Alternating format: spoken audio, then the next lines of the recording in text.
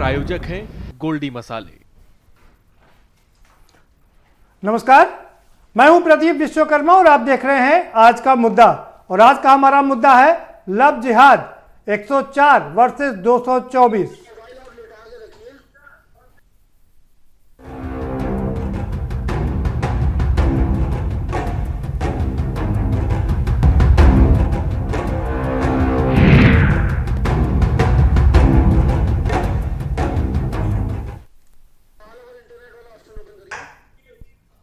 जी हाँ, यूपी सरकार ने एक कानून बनाया, लव जिहाद को लेकर के कानून बनाया, जिसमें ज़बरदस्ती धर्मांतरण करने पर 10 साल की सज़ा का प्रावधान किया गया। और इसमें यह भी है कि अब 2 महीने पहले आपको, अगर आप शादी करना चाहते हैं तो डीएम को बताना होगा और उसके परमिशन मिलने के बाद ही आप ऐसा कर सकते हैं। इसमें तमाम कड़े कानून बनाए गए, कड़े प्रावधान इसमें किए गए, लेकिन इसको लेकर के लगातार विवाद खड़ा होता रहा है और हाई कोर्ट ने भी कई बार इसमें आपत्ति जताई।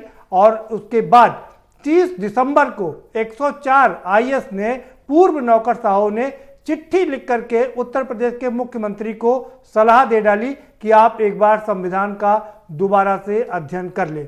इतना ही नहीं, उन्होंने ये भी कहा कि ये विभाजन की राजनीति है और ये कतई उचित नहीं है, ऐसा नहीं किया जाना चाहिए। इतना ही नहीं, उन्होंने कुछ और भी गंभीर आरोप लगाए, कहा कि संस्थानों में जहर घोला जा रहा है।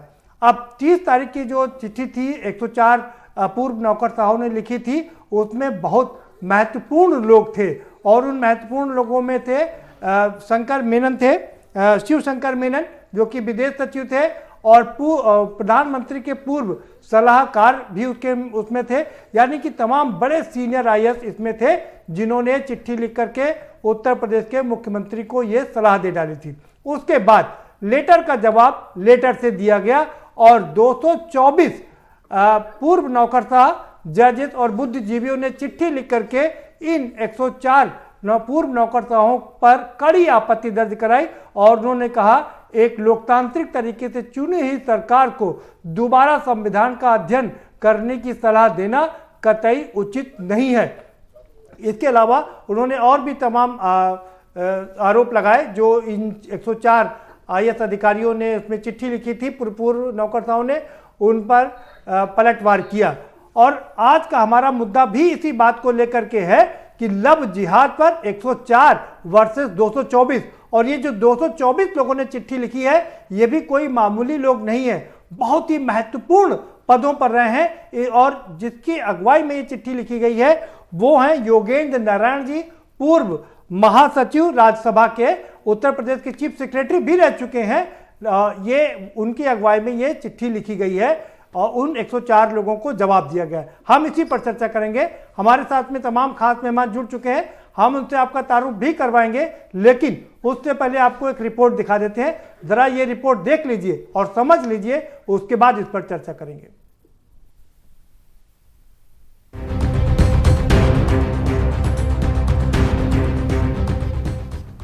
उत्तर प्रदेश के सियासत में नौकरशाहों के बीच एक नई जंग शुरू हो गई है। लव जिहाद के मुद्दे पर सियासी संग्राम के बीच अब पूर्व नौकरशाहों में लेटर वॉर छिड़ गया है। सियासत से परे ब्यूरोक्रेसी में लव जिहाद अध्यादेश को लेकर सियासत की एंट्री हो चुकी है और ब्यूरोक्रेट्स 2 धड़ों में बटे नजर आ रहे हैं। पूर्व नौकरशाहों ने एक दूसरे के खिलाफ मोर्चा खोल दिया है। बीते 30 दिसंबर को यूपी में पूर्व नौकरशाहों ने लव जिहाद अध्यादेश का विरोध करते हुए यूपी सरकार को चिट्ठी लिखी थी, जिसमें इस बात का जिक्र किया गया था कि लव जिहाद अध्यादेश से राज्य में सांप्रदायिकता बढ़ावा देकर माहौल खराब किया जा रहा है। 104 पूर्व नौकरशाहों ने सीएम को संविधान पढ़ने की नसीहत दी थी, तो इसके जवाब 224 पूर्व नौकरशाह सरकार के समर्थन और 104 पूर्व आईएएस अफसरों के विरोध में खड़े हो गए हैं। 224 पूर्व नौकरशाहों ने पत्र में कहा, ये चिंता का विषय है कि खुद को गैर राजनीतिक दिखाने वाला सेवानिवृत्त अधिकारियों का एक समूह पक्षपाती है और उसका रवैया हर मुद्दे पर सत्ता विरोधी है। वो समूह इस तरह के अनैतिक बयान देकर भारतीय संविधान, उससे जुड़े लोगों, संस्थानों और खुद आईएएस अधिकारियों की छवि खराब करने का कोई मौका नहीं छोड़ता। पक्षपाती प्रशासनिक अधिकारियों और कुछ अन्य लोगों की रुचि इस बात में है कि कैसे भारत की अखंडता को नुकसान पहुंचाया जाए। लव जिहाद कानून को आए 1 महीना पूरा हो चुका है। कई मामले लव जिहाद कानून के दायरे में आए। कहीं इंसाफ मिला तो कहीं पुलिस की फजीहत भी हुई। 104 पूर्व आईएएस अफसरों ने 30 दिसंबर को चिट्ठी लिखी थी, जिसमें लिखा था, जिस यूपी को कभी गंगा जमुनी तहजीब के लिए जाना जाता था, वो अब घृणा, विभाजन और कट्टरता की राजनीति का केंद्र बन गया है और शासन की संस्थाएं अब सांप्रदायिक जहर में डूबी हुई हैं। ये काफी दर्दनाक है। पुलिस इस मामले में मूकदर्शक बनी रही, जबकि कुछ लोग निर्दोष दंपति को परेशान करते रहे। इस घटना के बाद महिला का गर्भपात भी हो गया। ये कानून युवा भारतीयों के खिलाफ किए गए जघन्य अत्याचारों की श्रृंखला में से एक है, जो स्वतंत्र देश के नागरिकों के रूप में अपना जीवन बसर करना चाहते हैं। बता दें, जहां 104 पूर्व आईएएस अधिकारियों ने चिट्ठी के जरिए सरकार को घेरा, तो 224 पूर्व नौकरशाहों ने पलटवार करते हुए 104 पूर्व नौकरशाहों की मंशा पर सवाल उठा दिए हैं और यूपी के मुख्यमंत्री को संविधान दोबारा सीखने की सलाह देने वाले बयान को गैर जिम्मेदाराना बताया है। यूपी का अध्यादेश सभी धर्मों के लोगों पर लागू होता है। ऐसे में अब लेटर वॉर कहां जाकर थमेगा, ये बड़ा सवाल है। स्पेशल डेस्क के न्यूज इंडिया।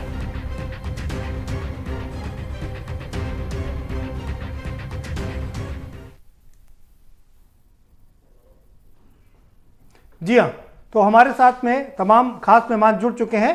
हम उनसे आपका तारुफ करवा देते हैं। खुद हमारे साथ में योगेंद्र नारायण जी जुड़ चुके हैं, जो कि पूर्व महासचिव है राज्यसभा के। बहुत स्वागत है सर आपका। आपने इस चिट्ठी की अगुवाई की थी, बहुत स्वागत है। और हमारे साथ राय सिंह RM श्रीवास्तव साहब हमारे साथ लखनऊ स्टूडियो से जुड़ चुके हैं, आपका भी बहुत स्वागत है। अनीस अंसारी साहब भी हमारे साथ में जुड़ चुके हैं, पूर्व आईएएस हैं लखनऊ स्टूडियो से, आपका भी बहुत स्वागत है। ओपी सागर साहब हमारे साथ में जुड़े हुए हैं मेरठ से, आपका भी बहुत स्वागत है सागर साहब।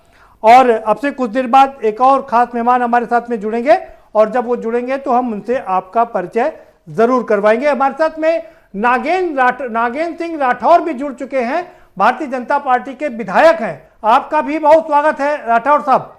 और सीधा रुख करेंगे योगेंद्र नारायण जी का। योगेंद्र नारायण जी, नौकरशाही हमेशा से ये माना जाता है कि हमेशा बैच का ध्यान रखती है, काम करती है, एक साथ काम करती है, लेकिन जिस तरह से ये लेटर वार छिड़ा है, क्या कहेंगे आप इसको?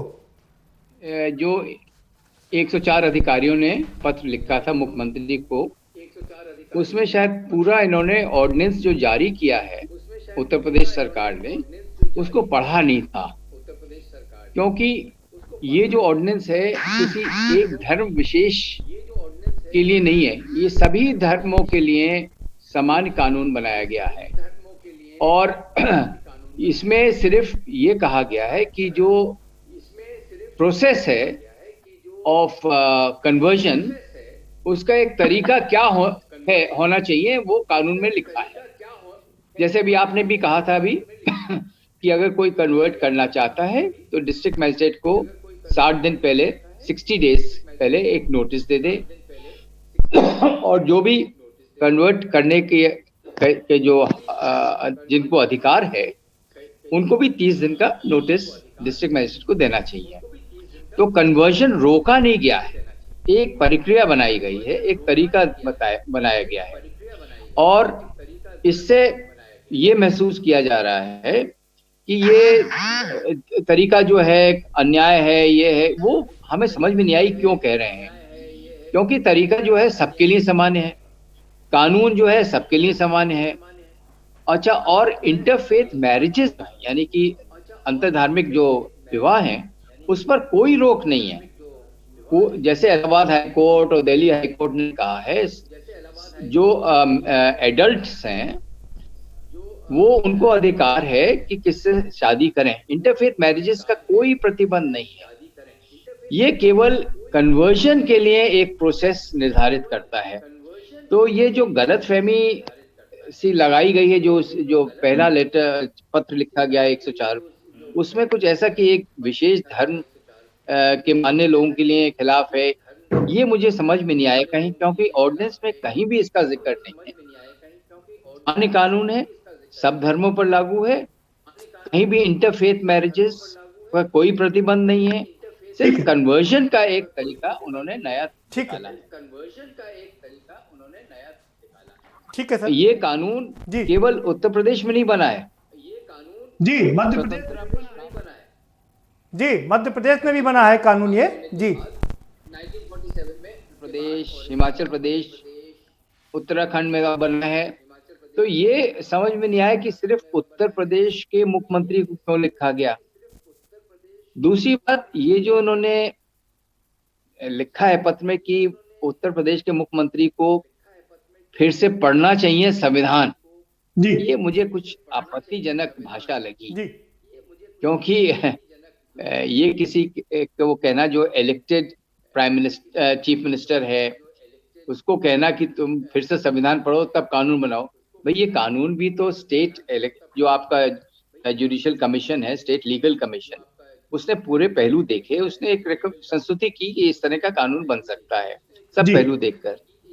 तो जी ये कहना उनको मुख्यमंत्री के लिए कि भाई आप फिर से पढ़िए संविधान, आपने गैर कानूनी कानून बनाया है, अनकॉन्स्टिट्यूशनल बनाया है, ये कुछ आपत्तिजनक बातें जो आपत्तिजनक है। ठीक है सर, ठीक है, आपत्तिजनक है। ठीक है सर, ठीक, आपकी बात का रिएक्शन ले लेते हैं हमारे साथ, और तमाम खास मेहमान जुड़ गए हैं तो आपकी बात का रिएक्शन ले लेते हैं। ओपी सागर साहब कह रहे हैं कि योगेंद्र नारायण जी कह रहे हैं कि एक चुनी हुई लोकतांत्रिक सरकार को ये बताना कि आप फिर से संविधान पढ़िए और उसके बाद कानून बनाइए, ये बहुत ही आपत्तिजनक है।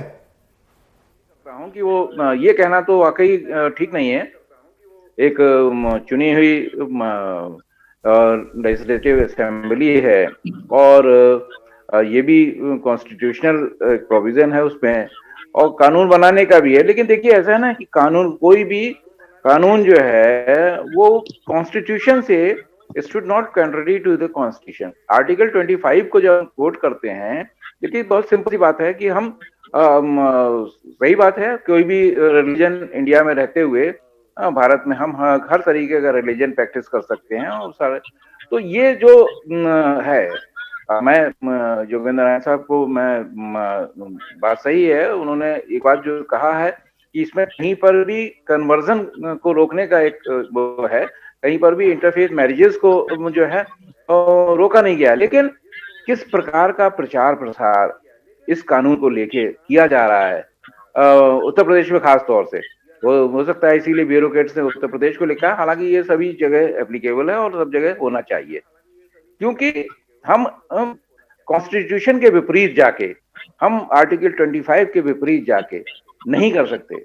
आर्टिकल 25 में जो हमें ह्यूमन राइट्स का वो किया है, हम इसलिए कह रहा हूं मैं कि इस तरीके का प्रचार प्रसार ना करके एक सही दिशा में अगर प्रचार प्रसार किया जाए तो शायद इतनी आपत्तियां ना होती, इतना जो है विरोध नहीं होता। और फिर आज देखिए, अगर हम देखें तो वास्तविकता में ये हो क्या रहा है, वास्तविकता में इस कानून का उपयोग क्या हो रहा है, सीधे सीधे गिरफ्तारी हो जा रही है।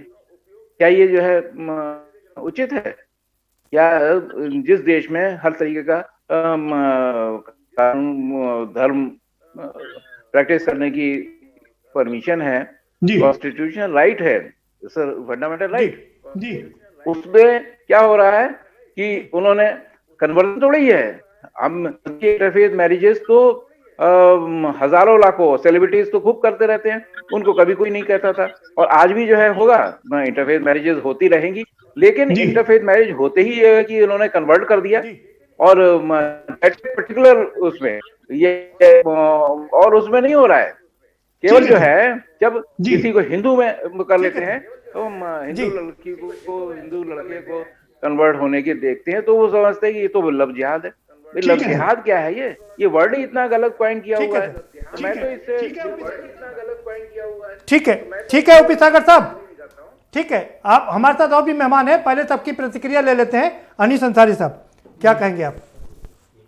मुझे लगता है कि भारतीय जनता पार्टी और आरएसएस के लोग, जिनका दिमाग हमेशा से सिंगल ट्रैक पे रहा है कि किसी तरह हिंदुस्तान को इंडिया के सेकुलर और सोशलिस्ट कॉन्स्टिट्यूशन से हटाकर एक पूंजीवाद और मनवादी सिस्टम में ले जाएं, उसी का एक रिफ्लेक्शन है, उसी का एक टिपिकल एग्जाम्पल है जी आर्टिकल 21 में हर शख्स को पर्सनल लिबर्टी गारंटी की गई है। जी आर्टिकल 25 में हर शख्स को फ्रीडम ऑफ रिलीजन और फेथ है, उसको प्रोपगेट करने का राइट है। जी ये कानून या ऑर्डिनेंस जो है वो ये तक कहता है कि एलोरमेंट का मतलब है कि अगर डिवाइन प्लेजर हो, यानी अगर कोई मान ले मैं मुसलमान हूँ इसलिए हूँ कि मुझे पता है कि एक खुदा है और बुतों को पूजना गलत है जी और मैं किसी और को खुदा नहीं मानता और मेरा डिवाइन प्लेजर इसी में है, मेरा खुदा उस वक्त खुश होगा जब मैं बुतों की परस्तिश बंद कर दूं या किसी और को खुदा ना मानूं। जी तो इसको भी इन्होंने इस कैटेगरी में डाल दिया है, एलोरमेंट की कैटेगरी में। जी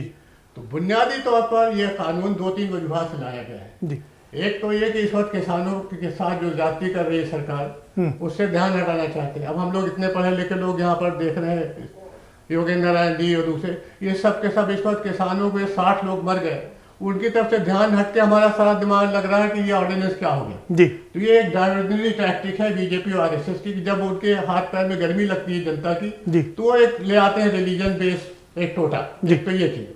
दूसरी बात, इसमें आर्टिकल 21 और 25 का क्लियर वायलेशन है जी कि आप स्टेट को ऑथराइज कर रहे हैं, डिस्ट्रिक्ट मजिस्ट्रेट को, कि वो तय करे कि कौन आदमी शादी करेगा या नहीं करेगा। जी और आखिरी बात, लड़कियों के जो राइट्स हैं अंडर द इंडियन कॉन्स्टिट्यूशन जी। वो मनुस्मृति से बिल्कुल अलग है, कंफ्लिक्ट में है। जी, जी। लड़कियों को अपनी बॉडी पर और अपने इमोशन पे इख्तियार रखने का पूरा कंट्रोल कॉन्स्टिट्यूशन देता है। ये कानून जो है उस कंट्रोल को कम ठीक। करता है। ये कहता है कि लड़कियां जो है बिना डिस्ट्रिक्ट मजिस्ट्रेट से पूछे हुए किसी दूसरे मजहब के मतलब लड़कियों के कानून को भी ये ध्वस्त करता है। लड़कियों के राइट को, जो जी। फंडामेंटल राइट है पर्सनल लिबर्टी के, ठीक है, उसको ठीक अफेक्ट है। करता है। आर.एम. श्रीवास्तव साहब, आप क्या कहेंगे? मैं ये कहना चाहूँगा जी सर। कि इस विषय पे कानून बनाने की कोई आवश्यकता नहीं थी। जी यही नहीं, ऐसे और कई विषय हैं जिन पे कानून बनाने की आवश्यकता नहीं है। वर्तमान सरकार ये आई थी कह के मैक्सिमम गवर्नेंस मिनिमम गवर्नमेंट। जी अब जब ये कानून किसी भी विषय पे, हर विषय पे कानून बन जा रहा है, और कानून जब बनता है तो कुछ राइट्स होते हैं तो कुछ ऑब्लिगेशन भी होते हैं। बिल्कुल। यानी कि अगर कोई उस कानून को फॉलो नहीं कर रहा, उस कानून का पालन नहीं कर रहा है, तो उसके ऊपर सजा आयद होगी। उसको पालन कौन कराएगा? वही सरकारी अमला, ज़्यादातर मामलों में पुलिस। यानी कि हम एक सरकारी अमले के लिए भ्रष्टाचार का रास्ता और खोल दे रहे हैं। बिल्कुल। जितना कानून बनता जाएगा, 20 कानून है जी। भिक्षा खत्म करने के लिए कानून है, आज तक तो भिक्षा खत्म हुई नहीं। हाँ, और 7-7 8-8 भिक्षुगृह हैं, एक भी हर भिक्षुक चौराहे नहीं पे वहाँ आप जहां पे देखें, आप वो भिक्षक बेचारे इस सर्दी में खड़े हुए हैं। जी एक दहेज विरोधी कानून भी पारित हुआ था, आज तक तो कभी किसी ने उसको अनुपालन किया नहीं। जी सब येन केन प्रकारण कहीं से। अच्छा, और जितने भी लोग हैं वो सब कानून को धदा बताने में अपनी महारत समझते हैं। जी इस विषय पे कानून बनाने की जरूरत नहीं थी। पहली बात तो मैं ये कहना चाहूँगा। ठीक है। दूसरी बात, इस विषय पे जो महायुद्ध मचा है जी उसके भी मचने की जरूरत नहीं थी। मात्र अभी ऑर्डिनेंस है, जब ये कानून बनेगा तो भाई आपके जनप्रतिनिधि हैं, उनके माध्यम से इसको कहलवाना चाहिए था। ये अब 104 लोग, प्रदेश की जो जनता है वो उनको सलाह देने के बराबर तो हो नहीं सकते। जी इसी तरह 224 लोग। जी अब ये हो रहा है कि भाई ठीक है, 10 लोगों ने चोरी करते हुए देखा तो 20 लोगों ने चोरी करते हुए नहीं देखा, उस प्रकार की बात हो रही।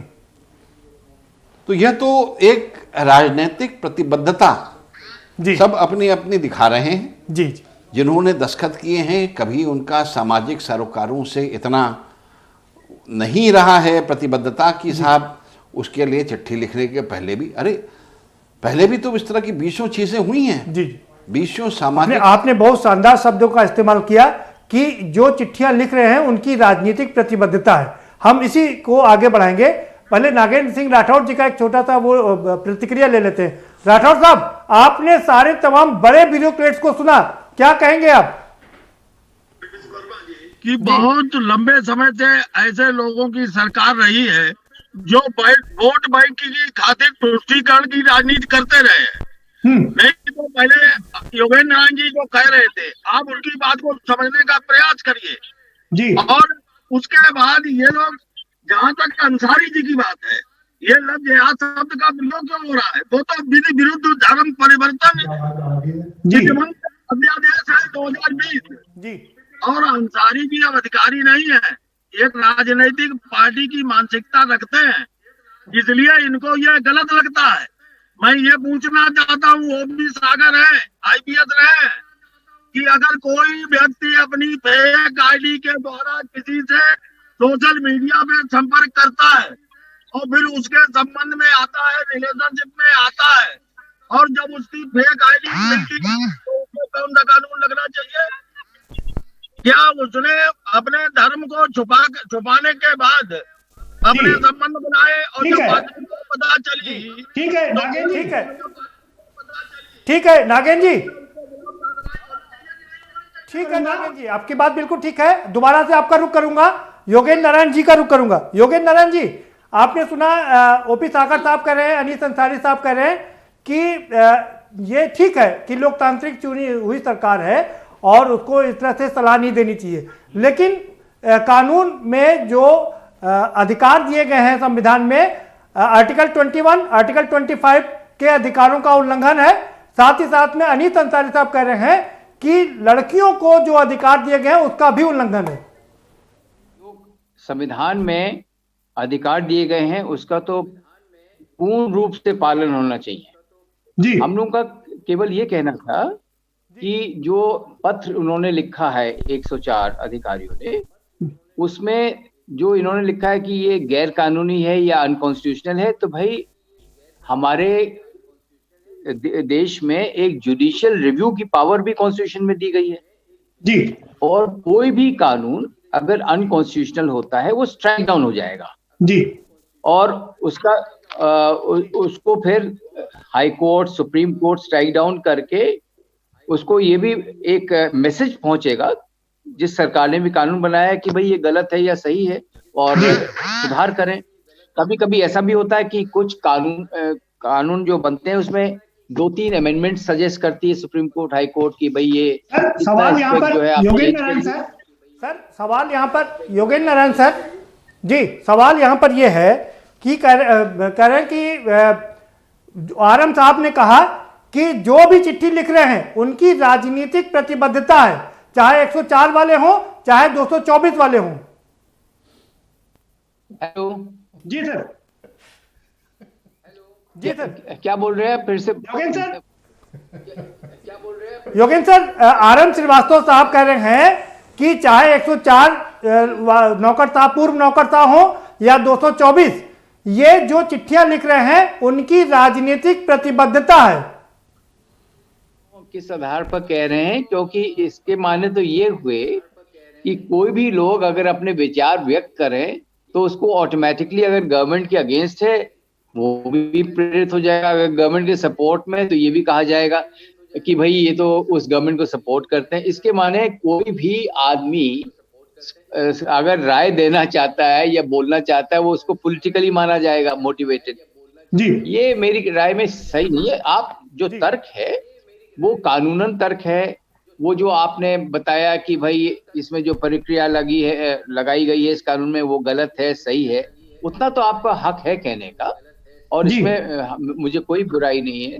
परंतु ये कहना कि भाई अगर हम कोई विचार व्यक्त करेंगे तो पॉलिटिकली मोटिवेटेड होगा, ये जरा दिक्कत है, बिकॉज सबको प्रजातंत्र में अपने विचार व्यक्त करने का एक मौका मिलता है, अधिकार है उसका। कुछ सवाल है, हम सर कुछ सवाल है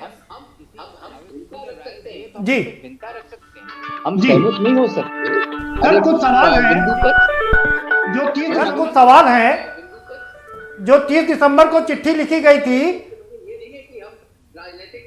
जी जी जी, अगर हमें सही कानून है ठीक है और ठीक है ठीक है, कॉन्स्टिट्यूशनल चलना चाहिए, ये तो बिल्कुल जो अली संसारी होनी चाहिए, वो तो सर्वोपरि है जी। ठीक है आरएम श्रीवास्तव साहब जी, ठीक है आरएम श्रीवास्तव साहब, योगेंद्र नारायण जी कह रहे हैं कि ये लोकतांत्रिक अधिकार हमारा भी, हम कुछ भी कह सकते हैं, ये राजनीतिक प्रतिबद्धता नहीं है। अवश्य कह सकते हैं। अवश्य कह सकते हैं। और लेकिन ये तो इसमें एक प्रकार से इकट्ठा होके कहने की बात की तुम्हारे एक तो हमारे दो, कुछ ऐसा आभास हो रहा है जी। और ये जो राय रखने की बात है, तो पहले ऐसे बहुत सारे मौके आए, तब तो किसी ने राय नहीं रखी। बहुत सी चीजें ऐसी हुई जो कि संभवतः नहीं होनी चाहिए थी, तब तो किसी ने नहीं राय रखी जी। अब अचानक ये धर्म को लेके ऐसी बात आ गई कि सभी इतना राजनीतिक लाइन पर विभाजित दिखाई दे रहे हैं जी। ये अपने आप में आश्चर्यजनक है। पहले भी यही प्रतिबद्धता होती तो क्या कहने थे जी, तब तो नहीं राय रखी गई। ठीक है, यही मैं कहना चाह रहा हूं। जी योगेन जी कह रहे पहले क्यों नहीं रखी गई ऐसी ये बातें? पहले जब ये ऑर्डिनेंस जब लागू हुआ तो तभी तो हम व्यक्त कर नहीं रहे। अगर किसी ने उसको अपोज किया है, ऑर्डिनेंस जैसे अभी लागू किया गया, नहीं आरएम सर उनका आपका आरएम श्रीवास्तव साहब का कहने का मतलब ये है इसके पहले भी तमाम बार ऐसा कुछ हुआ, लेकिन तब इस तरह की चिट्ठियों का आदान प्रदान नहीं हुआ, लेटर वार नहीं हुआ। कानून बनाए गए ओडिशा में, मध्य प्रदेश में, अरुणाचल प्रदेश, हिमाचल प्रदेश में, तो लोगों ने आपत्ति नहीं की। उस समय उन्होंने कहा कि ये ठीक है और कानून आगे जब चैलेंज भी हुआ सुप्रीम कोर्ट में, उसको भी ठीक माना गया। परंतु यहाँ जो अभी कानून तो गया नहीं है कोर्ट्स में, ये बना है एक ऑर्डिनेंस, और ऑर्डिनेंस अभी कन्वर्ट होना है इनटू लॉ। जब लॉ में होगा तो असेंबली में डिस्कशन होगा। सर वो तो ऑर्डिनेंस तो कन्वर्ट हो जाएगा लॉ में, क्योंकि उत्तर प्रदेश में 325 विधायक हैं और वहां से तो रुकने वाला नहीं है, तो ऑर्डिनेंस तो बन ही जाए, वो कानून तो बन ही जाएगा सर ना, उसमें कोई आपत्ति थोड़ी नहीं। इसके माने जहां भी मेजॉरिटी गवर्नमेंट हो जी, कहीं भी किसी पार्टी की, तो उसको तो पूरा ही राइट है कि कोई कानून बना ले। ऐसा होता नहीं है, उसमें जो डिस्कशंस होते हैं बहुत से पॉइंट्स निकलते हैं और फिर अगर गैर कानूनी होता है तो कोर्ट में चला जाता है मामला। सर एक जो 104 लोगों ने चिट्ठी लिखी है, सर एक जो 104 लोगों ने चिट्ठी लिखी है उसमें कुछ सवाल उठाए गए हैं, मैं वो कुछ आपसे जानकारी हासिल कर लेना चाह रहा हूं। उसमें लिखा गया है लव जिहाद कानून रद्द करने की मांग की गई है क्योंकि इसमें घृणा, विभाजन और कट्टरता का केंद्र बन गया है उत्तर प्रदेश इस कानून के मार्फत। इस कानून जो बनाया है, ये ऑर्डिनेंस जो बनाया गया, इसमें कहीं लव जिहाद का जिक्र नहीं है जी। इंटरफेथ मैरिजेस पर कोई रिस्ट्रिक्शन नहीं है। अगर लव जिहाद की बात आती तो इसमें इंटरफेथ मैरिजेस का भी रिस्ट्रिक्शन होता है। ये कहा कि आप इंटरफेथ मैरिजेस कर सकते हैं, आप कन्वर्जन भी कर सकते हैं। ठीक है सर के पास, ठीक है सर। अनिल साहब आपको जी, अनिल साहब आप कुछ कहना चाह रहे हैं? अनिल सर जी, एक बात तो वो कन्वर्जन चाहे वो जी राठौर साहब को वजाहत करना चाहूंगा। जी सर। इंडिया में जी किसी कारणवश ये बड़ा सेंसिटिव इशू हो गया है जी, और हर एक प्रदेश सरकार को ये अधिकार है कि अगर कुछ वो समाज में कुरीतियां देखती है या उसके सामने ये स्थिति आती कि उससे एक स्थिति बिगड़ रही है, कानून की स्थिति बिगड़ रही, तो उसके लिए रोकने के लिए उसको कानून लाए या कुछ एक प्रक्रिया निर्धारित करे। ये तो बिल्कुल ठीक बात, ये वो तो कानून व्यवस्था को सुदृढ़ करने का काम सरकार का ही है। ठीक करें सर। अनीस अंसारी साहब कुछ कहना चाह रहे हैं, सुन लीजिए सर। अनीस मैं दो बातें अर्ज करना चाहता हूँ जी। एक तो राठौर साहब जो आदरणीय अभी मेरा कहीं से नाम ला रहे थे जी कि मैं कांग्रेस की मानसिकता का हूँ, तो मैं उसकी वजाहत करना चाहूंगा जी कि मेरे फादर ने 1942 में सरकार की नौकरी से इस्तीफा दिया था गांधी जी के साथ क्विट इंडिया मूवमेंट में काम करने का जी। तो हमारे ब्लड में है सेकुलर सिस्टम, और हम गांधी जी के कातिलों के साथ कभी खड़े ही नहीं हो सकते, चाहे पूरे 133 करोड़ में अकेले रह जाए जी। जिन्होंने गांधी जी को कत्ल कराया और उनकी मंदिर बनाना चाहते हैं, उनको ग्लोरीफाई करना चाहते हैं, उनके साथ हमारी मानसिकता जो भी कॉन्स्टिट्यूशन पे यकीन रखता है कैसे खड़ा हो सकता है। दूसरी बात मैं बता दूं कि ये कहना कि ये ऑर्डिनेंस इंटरफेथ मैरिज को रिस्ट्रिक्ट नहीं कर रहा, ये इंटरप्रिटेशन सही नहीं है जी। इसमें साफ लिखा हुआ है कि एल्योरमेंट के जरिए कोई भी कन्वर्जन होगा तो उसको हम 10 साल के लिए सजा दे सकते हैं जी, और कॉग्निजेबल है, नॉन वेलेबल है जी। अब इस पे एल्योरमेंट जो डेफिनेशन है उसमें डिवाइन प्लेजर और अदरवाइज का मतलब है कि अगर मैंने आज पीली शर्ट न पहनी हो बल्कि तिरंगे शर्ट पहनी हो किसी वजह से, तो आप कहते हैं साहब ये तो बड़ी अजीब सी बात है, आपने तिरंगी शर्ट। अदरवाइज का कोई मतलब होना चाहिए ना जी। आप ह्यूमन बीइंग्स की लाइफ्स को डिटरमिन करने जा रहे हैं। पूरे जो यूथ है हमारे हिंदुस्तान का, वही लोग तो शादी करते हैं इंटर जी। तो नौजवानों की नस्ल को आप रोकना चाह रहे हैं सिर्फ इस डर से। आ रहा हूँ साहब जी। कहीं ऐसा ना हो जाए कि कहीं मुसलमानों की बड़ी आबादी बढ़ जाए। 800 साल तक जो टर्किश, अरब, पर्शियन और अफगानिस्तान के लोग यहाँ हुकूमत करते रहे, तब तो 25% ज्यादा आबादी बढ़ेगी मुसलमानों की। और अब जबकि हिंदुस्तान में सिर्फ मुसलमान 15% रह गए मरे जी।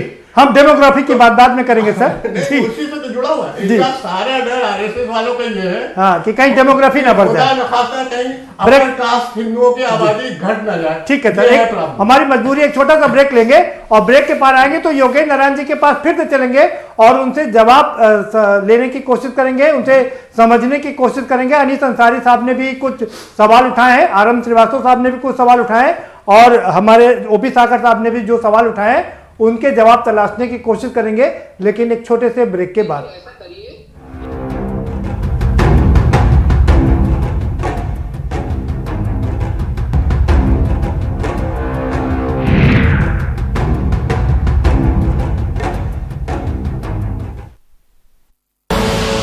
आप देख रहे हैं के न्यूज, खबरों का सारथी। विदिशा डिटर्जेंट की ओर से आप सबको happy new year. Happy new year. Vidisha detergent की ओर से आप सबको हैप्पी न्यू ईयर। खुदी को आजमाया है तो ये अंदाज आया है, खुदी को आजमाया है तो ये अंदाज आया है। तुम में भी मैं हूँ, शुद्ध प्लस पान मसाला। GGS Education Group launches 20% discount on academic fee of courses MBA, BBA, BCA, BFSI and GM, D Pharma, B Pharma. Offers best infrastructure, best transport facility, best academic service and best placement service. Register today to avail 20% discount. Call 9971 496 497 or visit the campus Kanpur Lucknow highway near Unnao. GGS Education Group। Fit रहना है तो fitness health oil ले आओ। You are correct. हाँ correct होता है बाबूली। सही बोले हैं, तो ले आइए फिटनेस हेल्थ ऑयल। मस्त है, बड़े मस्त है, टेस्ट में भी लज्जत है। बावर्ची की सोया बड़ी, बावर्ची न्यूट्री सोया बड़ी और टेस्ट में बड़े मस्त है। आप देख रहे हैं के न्यूज, खबरों का सारथी।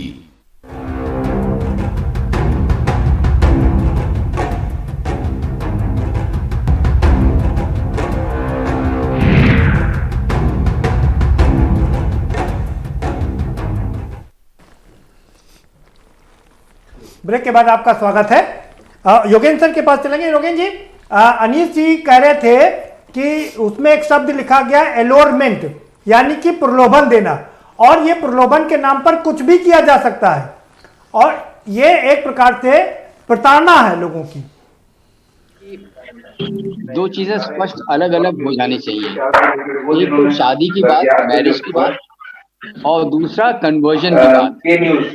अगर शादी होती है बिना कन्वर्जन के तो उसमें तो कोई रुकावट है ही नहीं, पर शादी के बाद या आप एल्योरमेंट करके या फोर्स करके किसी को कन्वर्जन करें तब समस्या आती है। और मैं समझ रहा हूँ अनीस साहब की जो इन्होंने समस्या उठाई है बिल्कुल वाजिब उठाई है कि एल्योरमेंट का कैसा डेफिनेशन होगा। तो उसमें एल्योरमेंट में उसमें प्रलोभन किस तरह कैश का हो सकता है या प्रॉपर्टी का हो सकता है, सब हो सकता है। देखिए इसी तरह के जब वहाँ हमारे मिशनरीज वर्क कर रहे थे नॉर्थ ईस्ट में, तब भी ये बात उठी थी। और इस समय जब हुआ था ये कांड हुआ था, और इस समय आप लोगों को याद होगा कन्वर्जन का, तो ये समस्या क्योंकि बड़ी सेंसिटिव इशू है ये धर्मों के बीच में कि ये किस तरह प्रलोभन देकर या उनको बेटर लिविंग देकर, अच्छे घर देकर कुछ प्रलोभन हो सकता है। तो ये एल्योरमेंट जो है ये सही है कि इसको डिफाइन करना पड़ेगा कानून में। जब कानून, अभी तो ऑर्डिनेंस बना है, अब एल्योरमेंट को डिफाइन करना पड़ेगा कानून में कि क्या चीज है, क्योंकि ये कानून एक बन जाता है फिर अनिल साहब,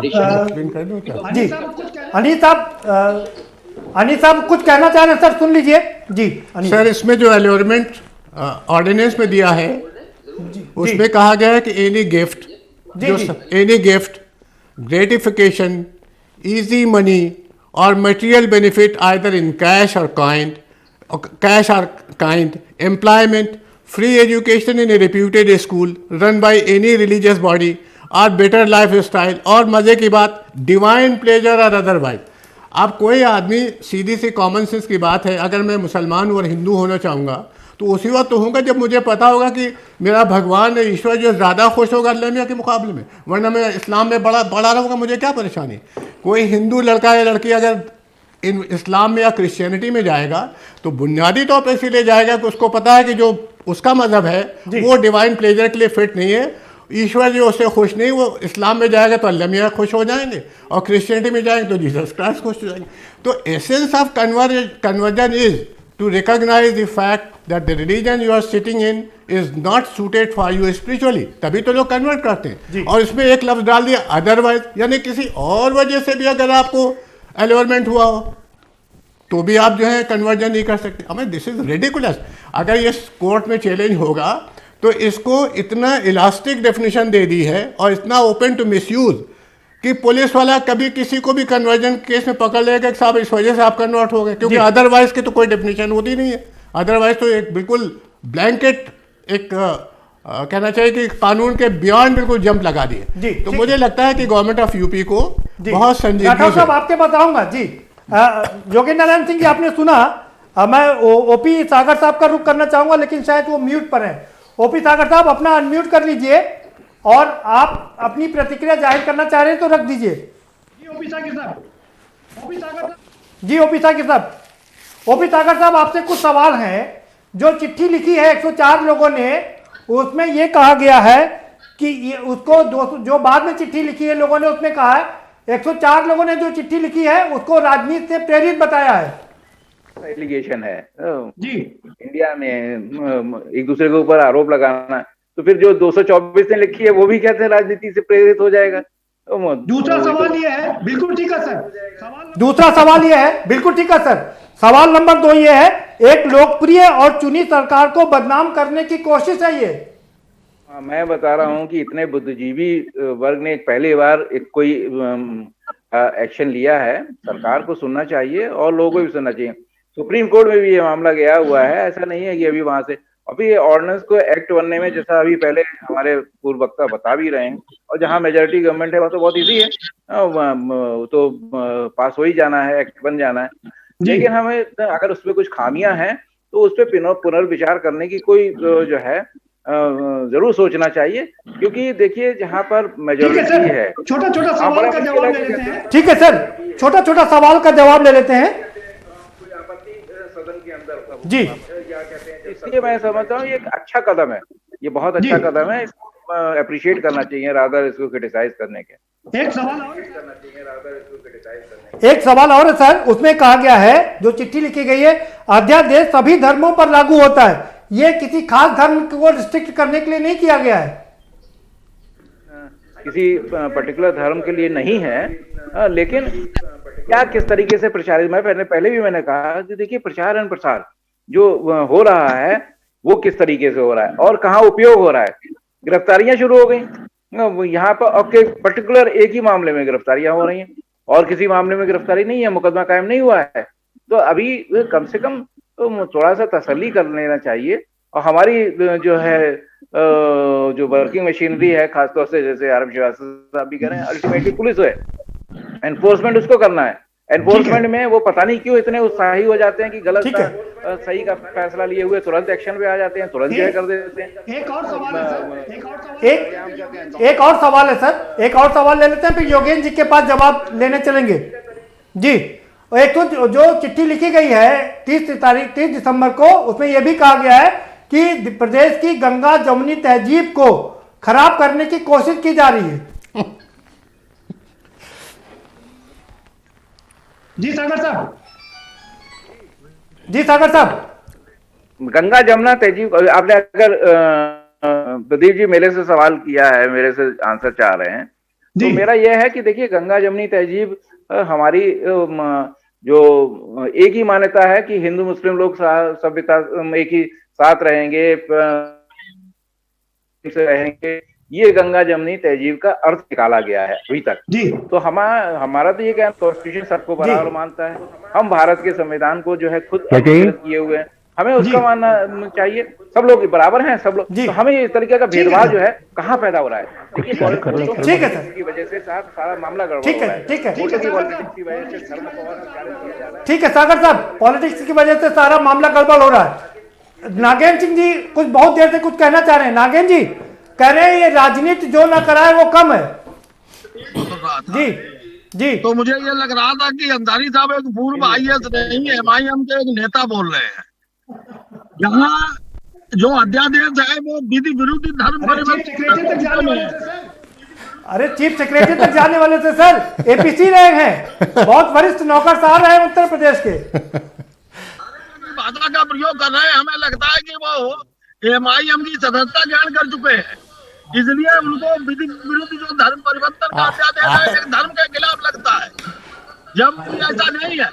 और जहाँ तक वो भी सागर पुलिस एक्टिव है हो जाती है, मैं उनसे पूछना चाहता हूँ, हमारे गुरसाहिबगंज कन्नौज घटना है, गुरसाहिबगंज में एक ही लड़के ने फेक ID बना करके एक हिंदू लड़की से सोशल मीडिया पर संबंध स्थापित करके और उसको लड़कों में शादी की।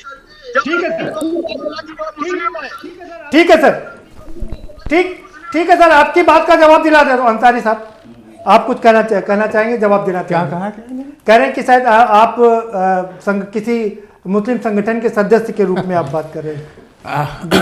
हमारे हेलो जी जी राठौर जी, हमारे फादर ने कांग्रेस पार्टी में रहकर सारी उम्र मुस्लिम लीग की मुखालफत 1947 से पहले की।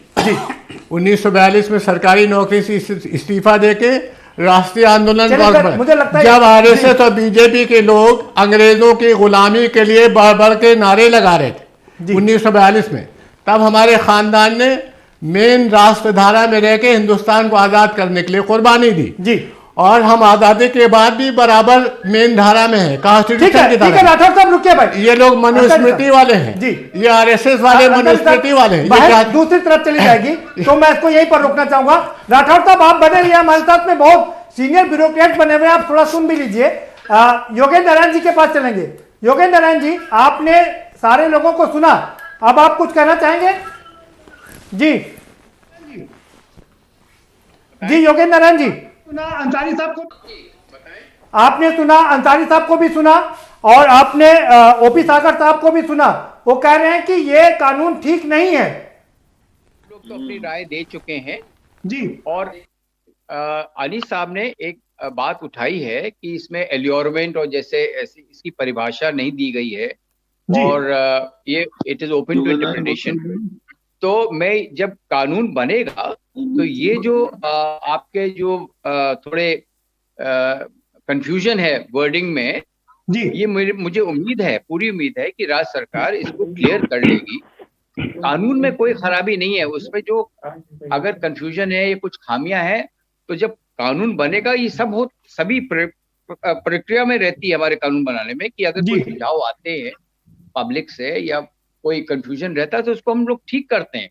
ऑर्डिनेंस ऐसे रिप्लेसमेंट बिल जो होता है उसमें सब चीजें देखी जाती है, ये जो व्यू पॉइंट्स आए और भी आए हैं, अनीस साहब के भी हैं, हमारे कुछ दोस्त और भी हैं जिन्होंने लिखा है कि थोड़ा क्लियर नहीं है बहुत सारे वर्डिंग्स कानून में।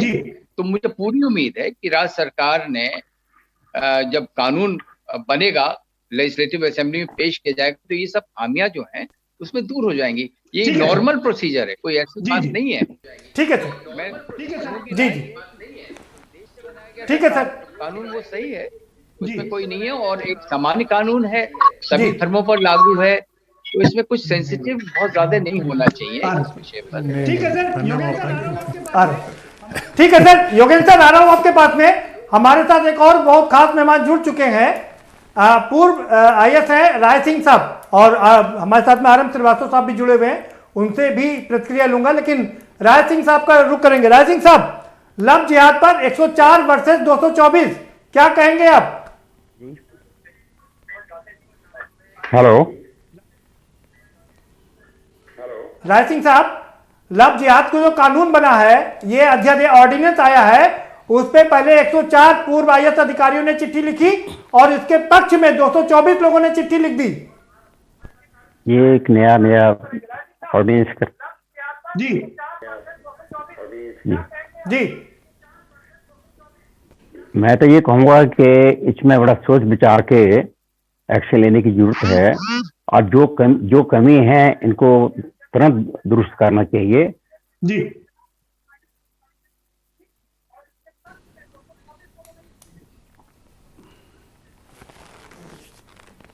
आप क्या कहेंगे? अच्छा ठीक है, तुरंत दूर कर। RM श्रीवास्तव साहब, आप क्या कहेंगे? आप सब लोगों को मैं ये कहूंगा कि इस पे या हर छोटे विषय पे कानून बनाने की जरूरत नहीं है।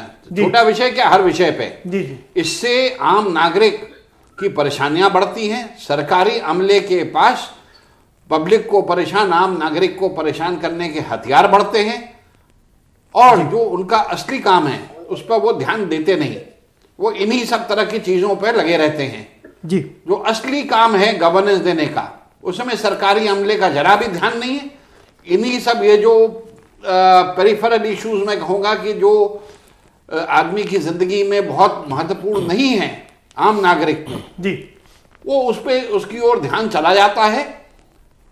उसके लिए एक परेशानी के एक और तरीका खड़ा हो जाता है जी। सरकारी अमला परेशान करने पर हमेशा तुला रहता है, उसको एक और हथियार मिल गया जी आम नागरिक को परेशान करने के लिए। भ्रष्टाचार के रास्ते खुले जी, और अधिकारियों को यह कहने का मौका मिल गया कि साहब हम तो उस काम में लगे थे, असली काम तो हमने देखा ही नहीं। ठीक है, आपने लंबे समय तक पुलिस विभाग को देखा है, आपको जरूर पता है। अनिल साहब, आपके पास जरूर आएंगे, आप कुछ कहना चाह रहे हैं, लेकिन मुझे लगता है योगेंद्र जी के पास चले, पहले जवाब ले लेते हैं। योगेंद्र जी कह रहे हैं कि RM श्रीवास्तव साहब कह रहे हैं कि इतने ज्यादा कानूनों की जरूरत ही नहीं है, जितने ज्यादा कानून उतनी ज्यादा दिक्कत और उसका मिसयूज। और इसीलिए राज्य सरकारों ने और केंद्र सरकारों ने ये एक स्टेप लिया है कि जो कानून जिनकी कोई जरूरत नहीं है, जो पहले से चले आ रहे हैं, उनको खत्म किया जाए। अभी सेंट्रल गवर्नमेंट ने 3000 कानून इस तरह समाप्त किए हैं, राज्य सरकार भी कर रही है, पर कभी कभी ऐसी परिस्थितियां आ जाती हैं जो नए कानून बनने की आवश्यकता होती है। तो ये बिल्कुल ठीक कह रहे हैं कि जितने कानून बनेंगे, पुलिस का, एडमिनिस्ट्रेशन का, हर चीज में जो भी आप कानून बनाएंगे उसमें मिसयूज करने की संभावना रहती है। चाहे इनकम टैक्स एक्ट हो, चाहे एनफोर्समेंट डायरेक्टरेट का एक्ट हो, किसी में भी आप बनाएंगे उसमें ये रहती है परेशानी कि वो गवर्नमेंट का जो एक मशीनरी है उसको टेंडेंसी रहती है यूज करने के लिए या एक्सप्लॉइट करने के लिए। मैं इनसे सहमत हूँ, कानून बहुत कम बनने चाहिए, पर जहां जरूरत है वहां कानून बनने भी चाहिए। पुराने कानून जिनकी जरूरत नहीं है खत्म हो जाने चाहिए। बिल्कुल, क्योंकि ये जो एडमिनिस्ट्रेटिव मशीन। अनिल साहब कुछ कहना ठीक है, अनिल जी, हाँ अनिल साहब कुछ कहना चाह रहे हैं? मुझे सिर्फ दो चीजें कहनी है। एक तो ये कि ये सही है कि कानून में कहीं पर एक धर्म का जिक्र नहीं है, वहाँ मौलवी का जिक्र है तो कर्मकांडी का भी जिक्र है, लेकिन कानून बनने से ठीक एक हफ्ते पहले माननीय मुख्यमंत्री जी योगी आदित्यनाथ जी ने पब्लिक बयान दिया कि आप जो भी लव जिहाद करेगा वो उसके राम नाम सत्य हो जाएगा। तो इसका क्या मतलब है? राम नाम सत्य हो जाने का मतलब है कि अगर कोई मुस्लिम लड़के के साथ हिंदू लड़की अगर शादी करती है तो वो चीज़ उनको बर्दाश्त के लायक नहीं है। तो इसका जो कम्युनल जो बेस है इस कानून का, वो मुख्यमंत्री जी ने खुद ही वादे कर दिया। और सेकंड बात, जैसे ही ऑर्डिनेंस आया तो कम से कम 23-24 मुकदमे यूपी में कायम हुए हैं जहां पर ऐसी लड़कियों तक को तंग किया गया जो एक ही मजहब की थी, लड़का भी मुस्लिम लड़की भी मुस्लिम, लेकिन उसको विश्व हिंदू परिषद और जो इसका RSS का परिवार है इसके लफंगों ने पकड़ के उनको और अदालत में पहुंचा, कोर्ट वहाँ जेल में पहुंचा दिया। रात भर वो लड़की जेल में रही, जबकि एक ही रिलीजन की थी।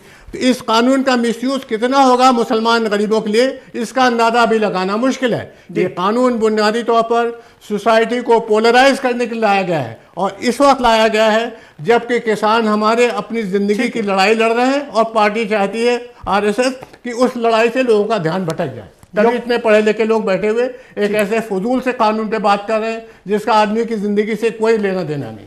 योगेंद्र जी, आप जवाब देना चाहेंगे? लगता है योगेंद्र जी तक आवाज नहीं पहुंच पा रही। राज सिंह साहब, आपने सुना अनीस अंसारी साहब कह रहे हैं कि ये, और आरएम श्रीवास्तव साहब भी कह रहे हैं कि एक प्रकार से कानून बनाया गया तंग किया जा सके, और जब हथियार मिल जाता है तो सरकारी अमला अपने हिसाब से लोगों को तंग करता है। मैं तो ये कहूंगा कि इस कानून को बहुत ही ध्यानपूर्वक विचार करने के पश्चात ही लागू करना चाहिए, और जो कमी है उसको तत्काल उसको ठीक करना चाहिए। अदरवाइज इसे मिसयूज होने के चांसेस बहुत हैं, और लोग जो है आम जो गरीब आदमी है उसको अनावश्यक उसको कष्ट भी होगा। तो एकदम इसको लागू करने के साथ साथ इसको बड़ा सोच विचार के इसमें एक्शन लेने की जरूरत है। जी योगेंद्र नारायण जी, अगर आपको आवाज मिल रही हो और आप अपनी प्रतिक्रिया जाहिर करना चाह रहे हो तो रख सकते हैं सर। जी सर। सुन नहीं पाया योगेंद्र नारायण जी, मैं कह रहा हूं जी, बात वहीं पर अटकी है कि ये गंगा जमुनी तहजीब के खिलाफ है और विभाजन की राजनीति है। ये से सहमत नहीं हूं जी, और हमारी गंगा जमुना तहजीब इतनी कमजोर नहीं है कि ये कानून से कमजोर हो जाएगी। हमारी बहुत पुरानी परंपरा है गंगा जमुना तहजीब, और ये चलती रहेगी। जैसे भी कानून बने हम लोग एडजस्ट कर लेते हैं, इसमें डरना नहीं चाहिए। गंगा जमुना तहजीब ऐसे एक एक कानून के कारण अगर कमजोर हो गई या खत्म हो गई तो फिर भगवान ही मालिक है। आप इससे बिल्कुल सहमत नहीं है कि गंगा जमुना तहजीब ऐसे एक कानून बनाने से खत्म हो जाएगी, बिल्कुल ही ये कहना उचित नहीं। ठीक है ओपी सागर साहब, ठीक है ओपी सागर साहब, ये योगेंद्र सर कह रहे हैं कि हमारी संस्कृति इतनी कमजोर नहीं है कि ये कानून बनाने से खत्म हो जाए। योगेंद्र नारायण साहब जो बात कह रहे हैं बाकी सही बात है, बहुत जड़ें गहरी हैं और खत्म होनी भी नहीं चाहिए। जो अच्छी चीजें नहीं खत्म होनी चाहिए, लेकिन ये जो प्रगति होती है, डेवलपमेंट होता है, बहुत सारी चीजें आगे जैसे जैसे हम समाज बदलता है बहुत सारी नई चीजें भी आती हैं। आज हम पुराने दकियानूसी विचारों को लेके अभी भी कहते हैं कायम रहें तो ये ठीक नहीं है। अब फेर बदल कर रहे हैं। यहाँ क्या है, देखिए इसमें बिल्कुल साफ झलकता है कि हमें एक विशेष वर्ग का जो है संरक्षण देना है ताकि उस वर्ग से हमें वोट लेना है, दूसरे वर्ग को तहस नहस करना है। ये जो एक भावना जो कर गई है ये बहुत गलत है। जो भी अच्छी चीजें हैं बिल्कुल करिए। आपको इनकम टैक्स एक्ट में भी अमेंडमेंट्स हुए सब जगह, यहाँ तक कि जो हमारा बेसिक सब चीज को चलाने वाला कॉन्स्टिट्यूशन में भी इतने सारे अमेंडमेंट्स हो गए। हर अमेंडमेंट्स हो या नए कानून आए, पुराने कानून रिपील हुए हैं, बहुत अच्छी बात है। अनावश्यक रूप से इतने कानूनों का लोड जो है इस भारत भूमि पे बनाया हुआ है। दूसरे देशों को देखिए तो वहां क्या हो रहा है। यहाँ जो फिर मैं नागेंद्र जी की बात कह रहा था, क्वेश्चन आंसर करना चाहूंगा मैं एसएसपी फरखाबाद जब तक ये हिंदू मुस्लिम ये हिंदू मुस्लिम वाला जो है ना, इम्पर्सोनेशन भी तो है। आईपीसी में तो वैसे ही क्राइम है, इसको और थोड़ा सा स्ट्रेंथन किया जा सकता है, उसका एप्लीकेशन किया जा सकता है। हम कहते हैं जो हमारे एग्जिस्टिंग कानून है उसी को अप्लाई करें। बहुत सारे कानून तो नहीं सर, भी हमारे नहीं सर, लेकिन जरूरत योगेंद्र सर ये कह रहे हैं, ओपी सागर साहब, योगेंद्र जी ये कह रहे हैं कि पुराने कानूनों को रिपील किया गया है, करीब 3000 कानूनों को रिपील किया गया है, लेकिन जहां जरूरत है वहां नए कानून बनाने की दरकार है, तो नए कानून भी तो बनने चाहिए ना देश को आगे बढ़ाने के लिए। जिसमें जो फ्रेटर्निटी है, भाईचारा है, गंगा जमुना तहजीब को भी वो कह रहे हैं कि संरक्षित रखना है, बनाए रखना है, तो उस तरीके के कहते हैं भाव रहने चाहिए ना। हमें कहते हैं एक जो पॉलिटिकल खास तौर से विचारधारा हमेशा चलती रहती है राजनीतिक पार्टियों में, कोई भी पार्टी हो, मैं एक पार्टी को नहीं कह रहा हूँ, सब पार्टियों में यही है, अपनी अपनी सोच करते हैं, उससे उठ के कुछ काम किया जाए ना। आज जो है देश के लिए सोचें, बात सही है। समय कम है। ठीक है सर, समय कम है। आखिरी कमेंट है राय सिंह साहब, आपका फाइनल कमेंट। ओपी सागर साहब को आपने सुना कह रहे हैं कि एक को दबाने के लिए, एक को उठाने के लिए किया जा रहा है। जो कानून बनाया है ठीक, अच्छी बात है, परंतु प्रिकॉशन तो लेनी ही पड़ेगी। बिना प्रिकॉशन कोई भी कानून जो है सक्सेसफुल नहीं हो सकता। इसमें समाज में बहुत दुर्घटना की बातें हो जाएंगी। मैं तो ये कहूँगा बहुत ही सोच समझ के इसको लागू करने की आवश्यकता है। ठीक है सर, अनिस अंसारी साहब। ठीक है सर, अनिस अंसारी साहब, आपका फाइनल कमेंट। मैं समझता हूँ कि जो मौजूदा कानून कन्वर्जन के खिलाफ पूरे मुल्क में हैं, बहुत सी स्टेट्स में जी, और कांग्रेस की सरकारों के ज़माने से पास हैं, उनमें जो व्यवस्थाएं हैं वो सफिशिएंट हैं। उनमें कहा गया है कि अगर आप मिसलीड करके कन्वर्जन करा रहे हो, उसमें कहा गया है कि अगर लालच से कन्वर्जन करा रहे हो तो वायलेंस के तो नहीं, इसमें एक कदम, कई कदम आगे बढ़ गए हैं, उसका टाइम नहीं, मैं बताऊं तो वो कानून सफिशिएंट है, वो काफ़ी है। और उनसे अगर कहीं दबाव डाल के, धमका के, लालच दे के कन्वर्जन हो रहा है तो नहीं होना चाहिए। और वो मौजूदा कानून उसको दे कैन हैंडल दैट, उसमें कहीं कोई ऐसा नहीं कि उससे हो नहीं सकता। अब जो कानून लाया गया है वो चीफ मिनिस्टर की नज़र में जानबूझ के, जिसमें उन्होंने कहा कि लव जिहाद को रोकने के लिए, यानी मुसलमान लड़कों के साथ हिंदू लड़कियां शादी ना करें। अरे भाई, हिंदू हो चाहे मुसलमान हो, अगर यंग लड़के एक जगह काम कर रहे हैं, एक जगह पढ़ रहे हैं, तो वो लोग तो शादी और ब्याह करेंगे ही, उसको कैसे कोई रोक सकता है? और रोकना भी नहीं चाहिए। पर पैरा नीट लगाया जा सकता है। आरएम श्रीवास्तव साहब, आपका फाइनल कमेंट। मैं ये कहूँगा कि हर विषय पे कानून बनाने की आवश्यकता नहीं है। सामाजिक सुधार कानूनों के माध्यम से नहीं किया जा सकता जी। आम नागरिक की भलाई के लिए काम करना चाहिए। उसको परेशान करने का हथियार सरकारी अमले को लगातार नहीं दिया जाना चाहिए। योगेंद्र सर, आपका फाइनल कमेंट। मेरा तो केवल ये कहना है कि जो हम लोग साथ रहते आए हैं इतने वर्षों से, 1947 के बाद, वो हम लोग साथ रहते रहेंगे। इसमें अगर कोई इलेक्टेड गवर्नमेंट को ऐसा लगता है कि कुछ खामियां आ गई हैं समाज में, कुछ बैड क्या कहना चाहिए, कुरीतियां आ गई हैं, अगर वो दूर करना चाहते हैं तो कानून जरूर बनाए। और जैसे अभी ऑर्डिनेंस इशू हुआ है, जब ये कानून बनेगा तो मैं चाहूंगा कि हम लोग सब जो भी खामियां रह गई अपने विचार व्यक्त करके भेजें मुख्यमंत्री जी को कि कानून में ये कमियां रह गई, इसको आप ठीक करिए। और पब्लिक प्रेशर, चाहे प्रेस का हो, चाहे आपके टीवी का हो, एडिटोरियल्स हो, अगर वो लिखेंगे, क्योंकि प्रजातंत्र में यही होता है कि पब्लिक ओपिनियन जो बनता है तो उस पर सरकार झुकती है। तो अगर कहीं आपको लगता है कि खामियां हैं और इसमें संशोधन करना चाहिए जो ऑर्डिनेंस है, जरूर अपने विचार व्यक्त करिए, भेजिए, प्रेस में भी भेजिए, गवर्नमेंट को भेजिए, चीफ मिनिस्टर को भेजिए। ठीक है सर, और बहुत शुक्रिया। नहीं, ठीक है सर, बहुत शुक्रिया। अगर जो कानून बनाया कि भाई चल रहा है कि कानून रिपील कर दीजिए, भाई कोई संशोधन बता दीजिए, क्या खामियां हैं, हमने अपने साफ दिल से किया, अगर हमारी गलती है हम चेंज करेंगे, उसको संशोधन करेंगे। ठीक है। तो मेरी राय में ये है कि ये प्रजातंत्र का अधिकार है लोगों का विचार व्यक्त करने का, और जो सुझाव उनको सरकार को दिए जाए उस पर जरूर गौर करना चाहिए। बहुत शुक्रिया आप सभी मेहमानों, बहुत शुक्रिया आप सभी मेहमानों का, बहुत शुक्रिया इस चर्चा में शामिल होने के लिए। योगेंद्र जी आपका शुक्रिया, ओपी सागर साहब आपका, अनिश जी आपका, राज सिंह साहब आपका, और आरएम श्रीवास्तव साहब आपका भी बहुत शुक्रिया इस गंभीर चर्चा में शामिल होने के लिए और अपनी बहुमूल्य राय रखने के लिए कि आखिर ये जो पूर्व नौकरशाह है वो क्यों आमने सामने आ गए हैं। 104 वर्सेस 224 हो गया है, लेटर बम चल रहे हैं और लेटर वार शुरू हो गया है।